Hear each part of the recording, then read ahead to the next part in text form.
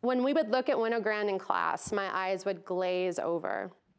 Why would I search for meaning in a photo with a bunch of women on a bench when I could coordinate 15 friends to dress in rainbow colors and throw pies at each other? A few years later, I went to graduate school for design.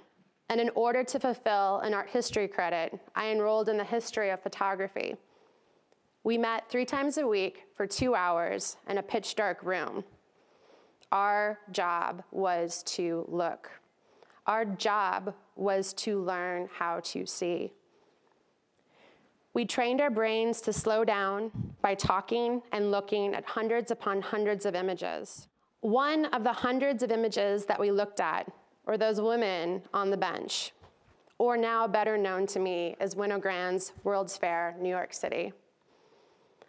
The image of the woman on the long public bench filled up the dark room.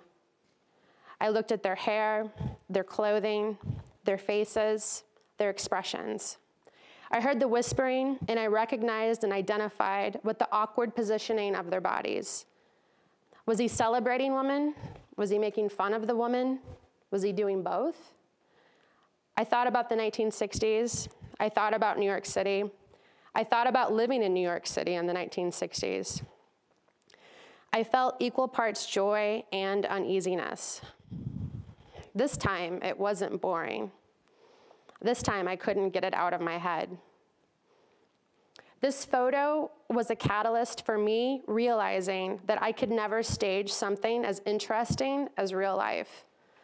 This photo was a catalyst for me to pick my camera up again.